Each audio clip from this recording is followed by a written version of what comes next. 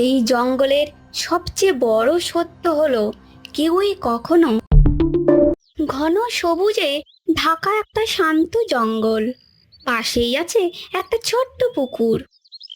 পুকুরের পাড়ে ছোট ছোট সবুজ ঘাসের ওপর বসে আছে এক ছোট্ট ঘাস ফড়িং।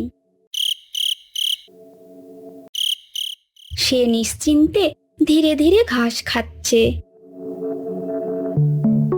মাঝে মাঝে মাথা তুলে চারপাশটা দেখছে, কিন্তু তার চোখে কোনো ভয় নেই, বরং আছে শান্তি আর আনন্দ।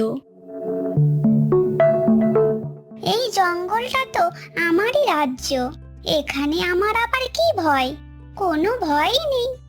আমি এত দ্রুত লাফাতে পারি যে কেউ আমাকে ধরতেও পারবে না। কেউ যদি আমাকে আক্রমণ করতে আসে, আমি তাকে ফাঁকি দিয়ে পালাতে পারবো। আবার আনন্দে সে ঘাস খেতে লাগলো।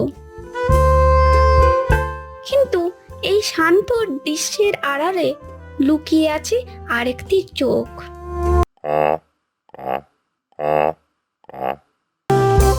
ব্যাঙটি ছিল খুব ক্ষুধার্ত। তার চোখে পড়ল সুস্বাদু সেই খাবার, ঘাস ফড়িংকে। ব্যাঙটি আক্রমণ করার সুযোগের অপেক্ষায় আছে। না, আর বেশি কাছে যাওয়ার দরকার নেই, তাহলে আমার শিকারটা সচেতন হয়ে যেতে পারে। আমি দূর থেকে আমার লম্বা জিভটাকে কাজে লাগিয়ে ওর অজান্তেই ওকে ধরে ফেলবো। ব্যাঙটি এই বলে তার লম্বা জিভ বের করে ঘাস ফড়িংয়ের উপর ফেললো। অনেক শক্তি দিয়ে ঘাস ফড়িংটি পালাবার চেষ্টা করলেও আর পারল না।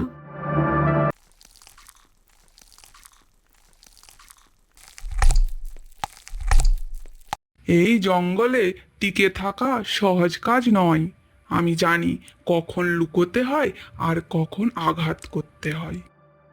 এই জঙ্গলে বুদ্ধিমানেরাই রাজা, আর আজকের দিনে সেই রাজা আমি একদম নিরাপদ। হঠাৎ করে জঙ্গলে আবহাওয়া বদলে গেল। আকাশে জমলো কালো মেঘ, আর টুপটাপ করে বৃষ্টি পড়তে শুরু করলো।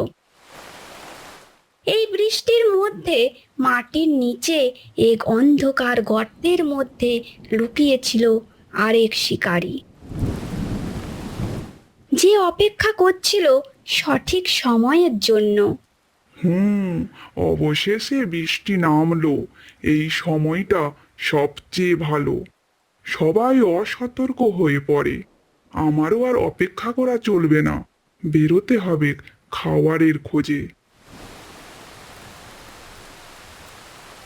ক্ষুধার টানে ধীরে ধীরে গর্ত ছেড়ে বেরিয়ে এলো সেই সাপ। বৃষ্টি ভেজা ঘাসের মধ্যে ধীরে ধীরে এগোতে এগোতে হঠাৎ তার চোখ পড়ল পুকুরের পাড়ে নিশ্চিন্তে বসে আছে এক ব্যাঙ। আহা, কি সুন্দর সুযোগ! বৃষ্টির দিনে সবাই একটু বেশি নিশ্চিন্ত হয়ে পড়ে। সে নিঃশব্দে ব্যাঙটির আরো কাছে এগিয়ে যেতে থাকে।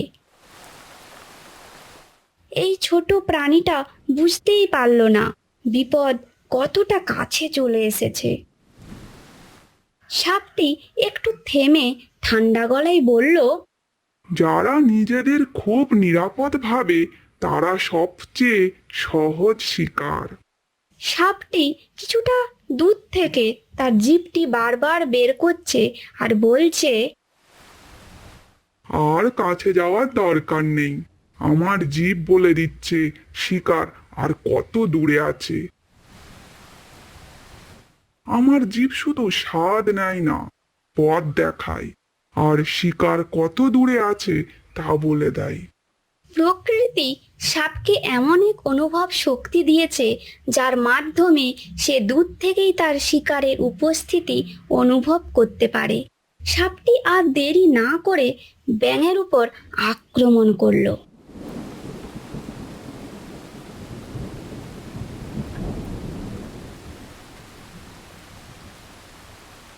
আহ, কি সুন্দর স্বাদ! মন ও পেট দুটোই ভরল অনেক দিন পর।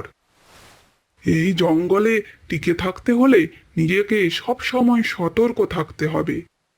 কোনো দিক থেকে যেন শত্রু না আক্রমণ করতে পারে। আমার মতো চুপচাপ আর ধৈর্যশীল হলে ভয়ের আর কোনো জায়গাই থাকে না।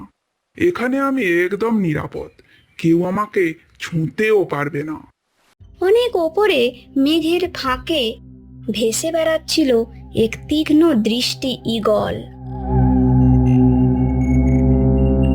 হঠাৎ তার নজর পড়ল জঙ্গলের মধ্যে ঘাসের উপর নড়ে চড়ে বেড়াচ্ছে একটি সাপ।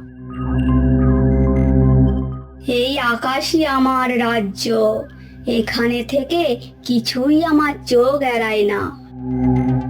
দূর থেকে একদম নিঃশব্দে আমি সব লক্ষ্য করি। শিকার বুঝতেই পারে না কখন আমি তাকে দেখে ফেলেছি।